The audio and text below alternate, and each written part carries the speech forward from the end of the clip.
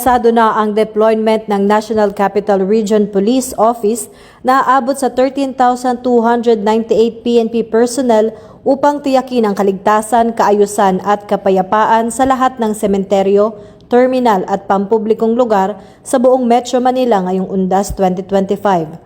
Sa paghahanda para sa inaasahang dami ng tao, nanindigan ang NCRPO na magbibigay ng komprehensibong seguridad upang maging ligtas at makabuluhan ang pag-obserba ng Undas. Patuloy na ginagabayan ang prinsipyong bagong PNP para sa bagong Pilipinas, serbisyong mabilis, tapat at nararamdaman.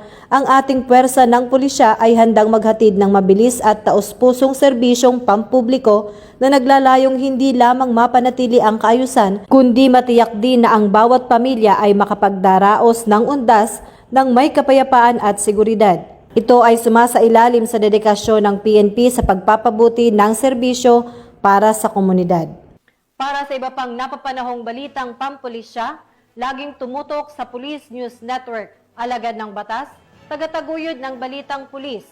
Ako po si Patrolwoman Sari Bernales, nagbabalita para sa Police News Express.